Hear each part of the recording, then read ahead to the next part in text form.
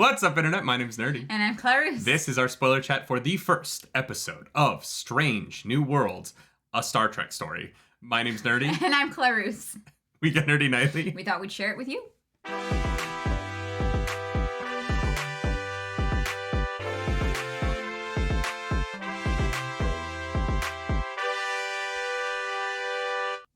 That is right. Much like Alden Ehrenreich took over the role of Han Solo 10 years before the events of A New Hope, so too does Anson Mount, whose name you've probably heard a lot this week, take over the role of Pike. Well, he's already taken over in Discovery. We have not seen those episodes of Discovery. No.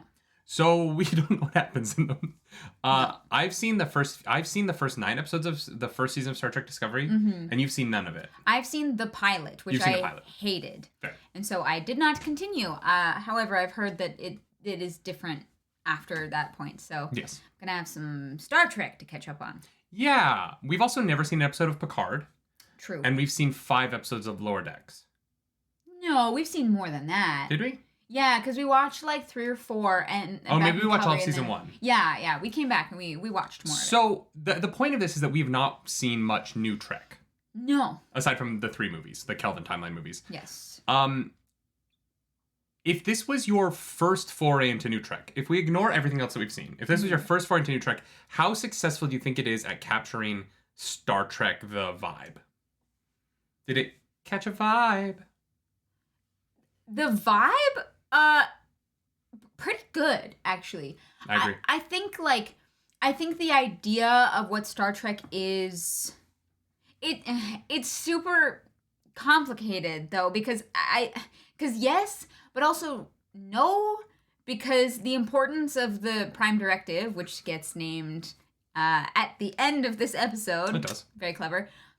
That's like completely just done out with, and that is such a core value in this world, and I know it gets broken. I know that, like...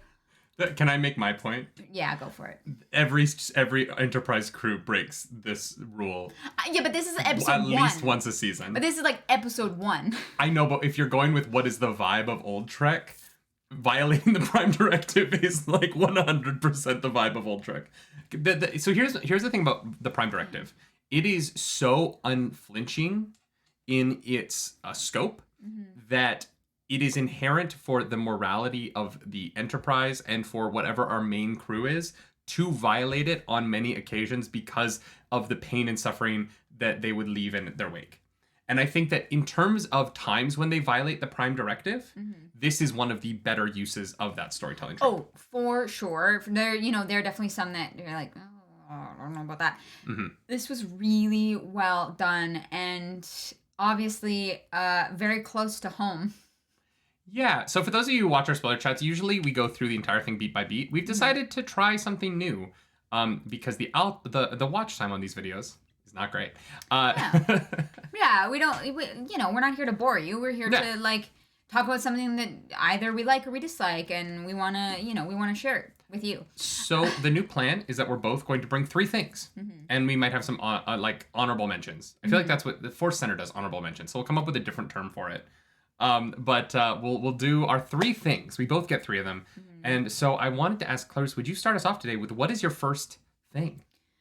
We kind of already touched on it. That it is episode 1 and Star Trek is like Prime Directive, which is such a key element to a lot of Trek episodes or storylines. And they jump right into it from the get-go and make it like a key component to who the characters are as people, especially Pike. I mean, to be fair, it's General Order 1. Not anymore, for not. 40 minutes. It's General Order 1 for 40 minutes. Yeah. Maybe that's a Discovery thing. Maybe. I haven't seen it since like the beginning of the first season. Yeah, I think that what's important about the Prime Directive of this all is... Well, I'm going to say a statement and then I'm going to ask you a question, okay? So my statement is, I think that they used a very familiar Star Trek thing in the Prime Directive to introduce us to all of these characters really well. I feel like I had a good understanding of all of the characters' motivations and who they were as people because of how their decisions in relation to this planet that has found a warp bomb, or has built a warp bomb based on seeing a space battle through telescopes. Didn't really understand that. Yeah. But the Prime Directive of it really played out into who they are, and I liked that. My question is, did they really violate the Prime Directive? Well, that's Pike's argument, right? Yeah. He's like, we already broke it accidentally, like without knowing. And now that has left a mess in its wake that is just ripe for destruction. And he says, like we can either like fuck off or we can try to make the best out of what has happened because they already started this snowball effect, right? I would argue the spirit of the Prime Directive is not to interfere at all. And once interference has occurred, it is the responsibility of the Federation to welcome people to the Federation. Yes. I would argue that Pike is not the interference. I would argue that number one is not the interference. The interference is the space battle that leads to them building the warp bomb. Yeah. And so the Prime Directive was already shattered. And so to hold the actions of the crew to the Prime Directive at this point feels like antithetical to the actual spirit of the purpose of the Prime Directive, which is to help civilizations that have technologies beyond their control or within their control, but beyond their galaxy to join a more enlightened society. Yeah. Yeah. And I think you bring up a great point that that it is used in such a way that we get to know the characters, right? Yeah. Spock is like always on the side of the rules, but does whatever orders are given to him and like understands to an extent where the other people are coming from. Yeah. And the replacement number one. Yeah. I'm sorry, like we don't know names yet. Yeah, names not my strong suit, but she obviously has a connection to the previous number one. God, Too many number ones. Too many number ones. Why are there no number twos? Why didn't you take a number two on that mission, Pike? We don't talk about number two. Number two. No, nobody poops in D&D. You don't need to talk about number two. What? No, that was an Austin Powers joke. I'd never seen. You brought up Spike. Let's move on to my first thing. Is Spock. Spock's getting married in the morning. Spock's getting laid tonight. We cut almost so close. So close. Yeah, this episode is about how Pike cockblocks Spock. Yeah. Cockblocks Spock. While his fiance is wearing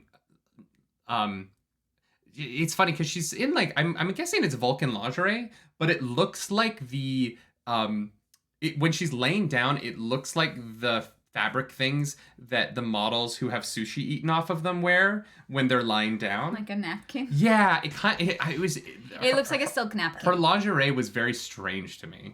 She's very attractive and very charismatic on screen though. Yeah. And I was kind of like, get her on the Enterprise because she's cool. She's great. Yeah. I was really struck by her in that scene. Yeah, I'm sure that obviously because of her relationship with Spock, we're definitely going to see her again. You know, she's not just going to disappear. But yeah, I was into it. It was like, this actress can get it. This prequel is a prequel to the original trilogy. So do you think that we are going to see her and Spock perform Ponfar at some point in this series? Or has the Star Trek universe forgotten about Ponfar? I think they've moved on. I think they've rewritten some... See, I don't know. Because in the scene, he says, like, I've observed that you're wearing the mating colors, which makes it sound like traditional and ritualistic, like Ponfar is supposed to be. Sure, but I don't think that they're gonna... You don't think that at some point in the season, Spock is going to go into heat, and so they're going to have to fly to Vulcan so that he can get laid? Because I want that episode. With this cast, I want that episode so bad. I don't think I do. There's like a number of, like... The crew of the bridge seems to be very friendly in this version of Star Trek. They're like kind of cracking jokes. They're a little bit less, I think, like uptight than original Trek was. And so I would kind of like to see them all find out what Ponfar is and all kind of be giving Spock crap. because I thought they were a cute. I thought the bridge was a really like fun vibe. All right, fair enough. Like it's really everyone's great, and then you've got Pike in the middle, like I'm gonna die in 10 years. Yeah. Ah. Yeah. What's your second thing? I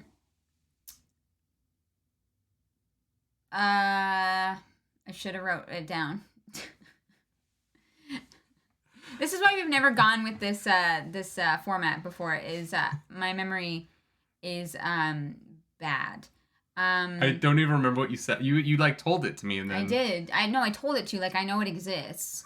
But while we're on the subject of the bridge crew, Uhura is great.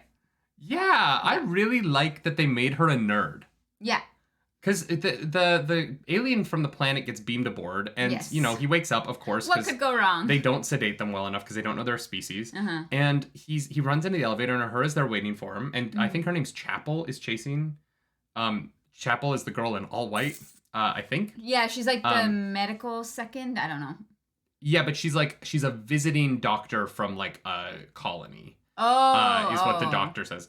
And so the alien ends up in the, I guess not really an alien because they're in his galaxy. It doesn't matter. Mm-hmm. He ends up in the elevator with Uhura, and she immediately starts talking to him about his civilization. Mm-hmm. And I was like, oh, they got here, and she was like, gotta hit the books. Like she just comes across, and she is such a fun character on the bridge because she's like cool. Like she's sitting there enjoying the Starfleet of it all. Yeah.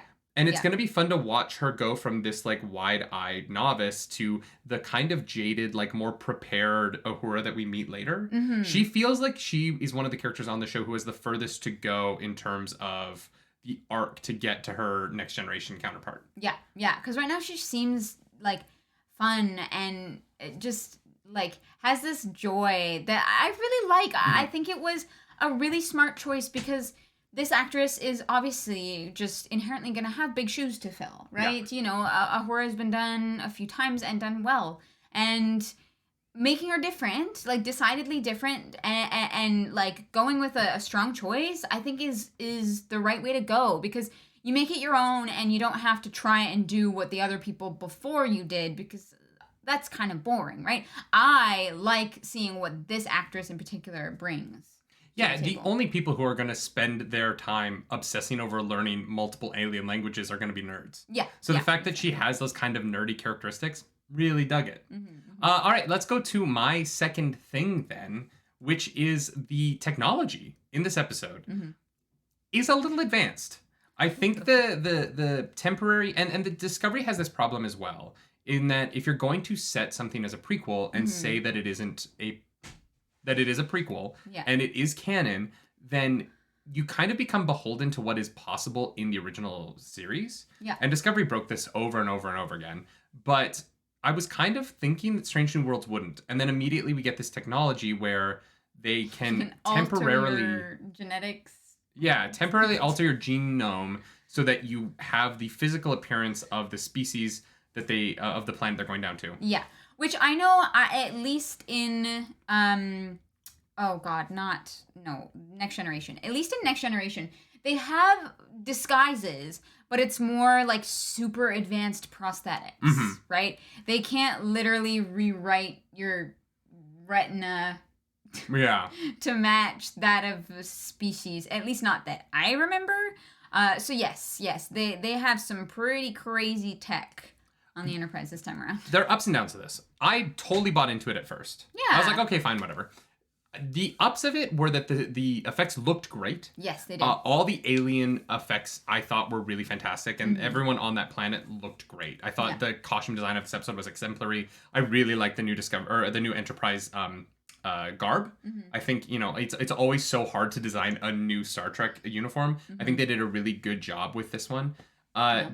But the moment where this particular storyline lost me is when they are scanning their eyeballs. Yes. And they teleport a genome changing medicine into Spock's body while he's scanning his eyeball. First of all, retina scans, they would have to hack into the database of retina scans on the ground. It's the retina scan isn't going to scan for eyeballs of the species.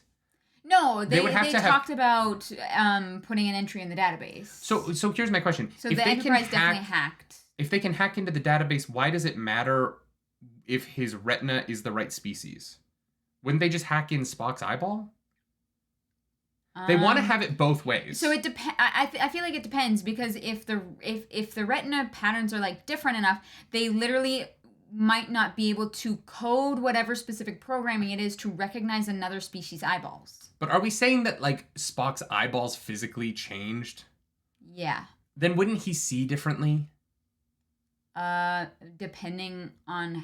You know what I mean? Like it's to them having the like foreheads and maybe Spock's ear shrinking was fine. Mm-hmm. It was when they were like, oh no, because she says like we can't change your organs, it's too complicated. Yeah. And I'm like, but you can change eyeballs? I guess so. But you can also hack the system and you can't put Spock's. It was just too many. I was fine with it until it became this like there's a hat on a hat on a hat on a hat to Yes. get this teleportation moment that made teleportation magic. Yeah, And that's where it lost me. Honestly, I think it was kind of unnecessary. You didn't even have to do it that moment. You could have just had them get in. It also doesn't matter. Yeah, exactly. Like, it doesn't matter. It just was like, yeah, some kind of weird teleportation magic. The guard is also overly aggressive. He's like, step away from the machine. Yeah, and I'm like, what? The dude walked in with other doctors. He's in the garb. Like, it's just weird that I was like... It was very aggressive. You wouldn't be like, hey, is this guy with you? However, they are on the brink of self-destruction. But in that case, wouldn't the guards recognize the doctors? Like, it was just... It was a linchpin moment that was supposed to be very dramatic, and there was too much going on. I agree. It asked me to buy into too many things. Yeah, I think it was unnecessary. One thing that I just really loved, though, about... Because I agreed, that moment didn't work. There were a couple things I was like, But what... Can you hold that thought for 1 second? Yeah. I want to be very clear. I love this episode of television. I think it's one of the best pilots I've watched in years. And that beat does not change that for me.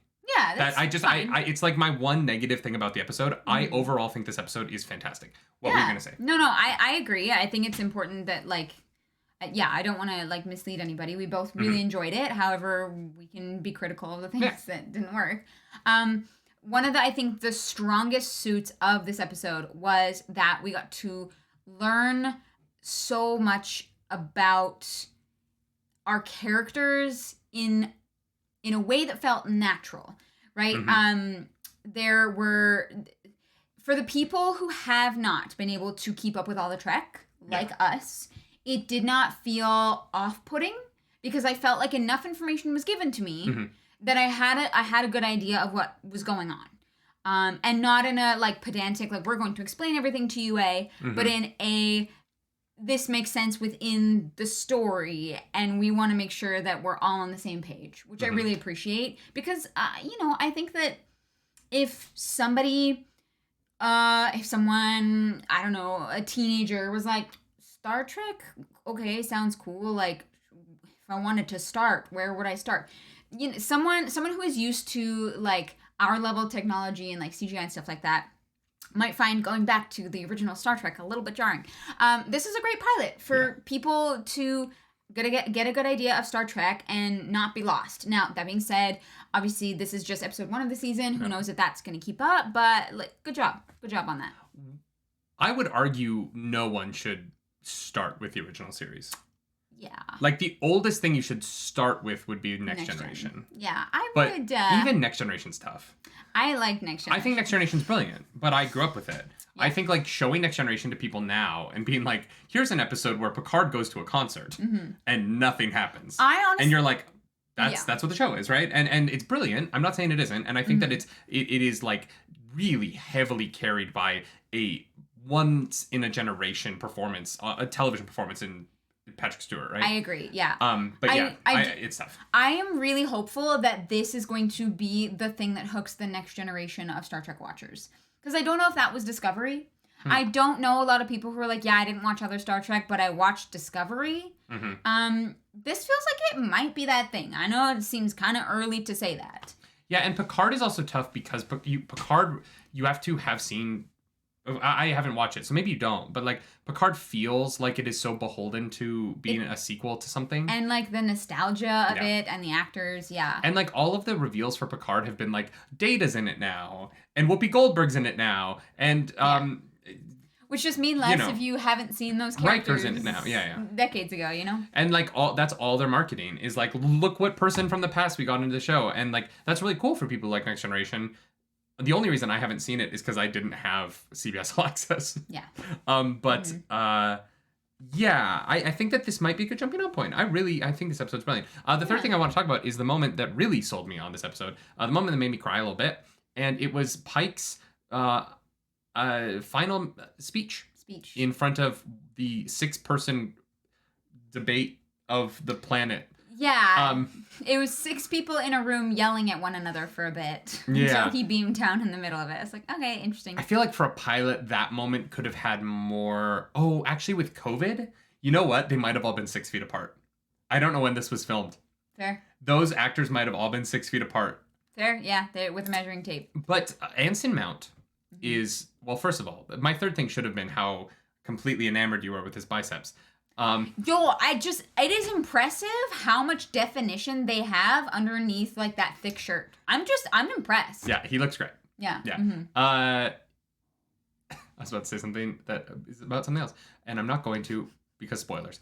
Oh, fair enough. Yeah, fair I think that he delivers this final speech in a way that is going to piss some people off. There are going to be some people on the right going, why is Star Trek political? Why did they show January 6th? Right, Star Trek has never been political. No, not once. Never, and not once. I think that if you want to complain about any series being woke, in the way that right people do it, I think Star Trek is the most woke series. You know what I mean? It's a future where there's no war, there's no money, people kind of just care about each other and work together, and it's a socialist utopia. Like if you were nice. anti-socialism, and not like if you're not pro-socialism but you tolerate socialism, you can like Star Trek, right? But like if you're like anti-socialism, Star Trek's a tough one because it insinuates that the only path forward for humanity is socialism. It does, right? Yeah. But the way in which Pike discusses the hope of the potential future of humanity in these scenes is just utterly moving. And I think that as a performance, as a monologue, I think Anson Mount carries himself with a dignity that is really hard on screen. Yeah. He's giving a stage level, end of act 3 of Shakespeare monologue here. Yeah. And he's doing it on camera, which can be really tough to do. Monologues are so hard on camera. Yeah. And especially these kind of sweeping declarative ones. And yeah. I was so struck by the performance and by how I was lying down on the couch next to you, and I literally sat up at the edge of the couch for this. Yeah. Yeah. You watched me. Like I was utterly in awe of this performance, and it's one of my favorite television moments in years. I haven't had a television show really hit me in that way in a long time, and I really, really was quite moved by it. Yeah, I think it was brilliant. There are going to be people who absolutely hate how political and left-wing this episode is, because they full are basically say that like what we are going through right now is the beginnings of World War III. And that it tears our planet apart. And honestly, I don't think they're wrong. Yeah. Which sucks. Like that sucks. That sucks. And those people who are mad about it just further prove the point about it. After we wipe out 30% of our population, everything's great. Hopefully. It's like the breaking in Wheel of Time. It's going to take a while. Yeah, it is. Yeah, so I don't know. It's weird because like I'm a nihilist, you know that. I have some dark tendencies in my brain.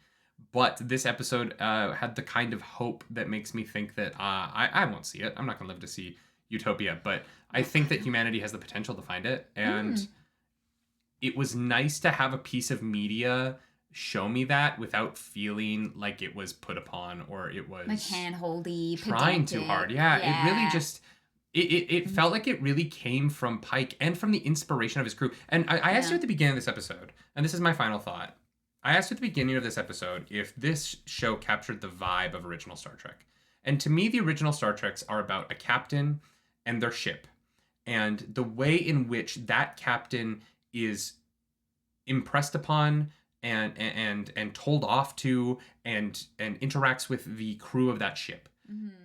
And the best of Star Trek is when the captain takes the point of view of everyone around them and makes the right decision because of it. or in spite of it because they know what's right and they have to stand up for their moral values.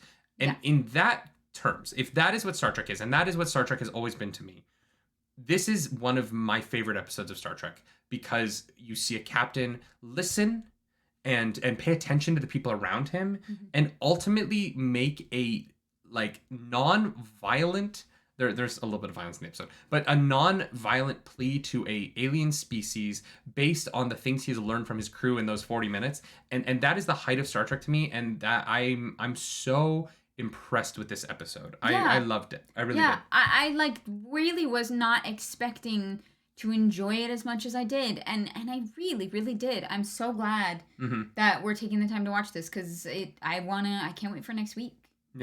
Yeah, this will definitely be a show that we watch week to week. This is the kind of show that is worth paying for a streaming service for. Yeah, I never did for Discovery. I think so that I liked Discovery enough, but not enough to buy a whole streaming service for one show. This is a show that this episode sold me, and that's hard for a pilot. Granted, they have the whole legacy of Star Trek behind them, so fair. But I hated the Discovery pilot, and I loved this one. I really did. I liked the Discovery pilot as an episode of a Star Wars TV show. Star Wars TV show? Yeah, it's the Discovery pilot science fantasy. Okay. You know what I mean? It's a big battle. There's not a. It's just battle, and it's fun. Yeah. This show Discovery isn't that. Which is what I've heard, that the pilot is not what the actual show is. Which, why is that your pilot then? Why? Yeah. Anyways, doesn't matter. We're not talking about Discovery. Definitely, if you've made it this far, go watch the episode. I don't know why you'd be here for the spoiler chat if you hadn't, but fix that. And let us know what you think of this different format where we don't kind of go beat by beat and we kind of talk about the things we want to talk about more. I liked this more, personally. Okay. This was fun. I liked it. I feel like I learned something about you today. Did I have a bad memory? Do you want me to edit that out? No, I don't care. I will do the work of editing that I literally don't care. Whatever. All right. You guys know. Sometimes it's not my fault. It's not my fault. I don't. You need to write things down. We need to start putting Post-it notes everywhere in the house. Yeah. I agree. If you want to follow us on the internet, you can. I'm at Nerdy Nightly. Wait, no, what did you actually learn about me? You're like, I learned something new about you. Did you forget? Oh. No. I said that like it was the end of a 90s movie. It's like, I learned something about you today, and then it like fades away. We learned something about each other. The real, oh my God, what is the thing? The General Rule 1? Is that what it was called? Probably. The Prime Directive. The real Prime Directive is the friends we made along the way. Exactly. Do something nerdy tonight. Bye.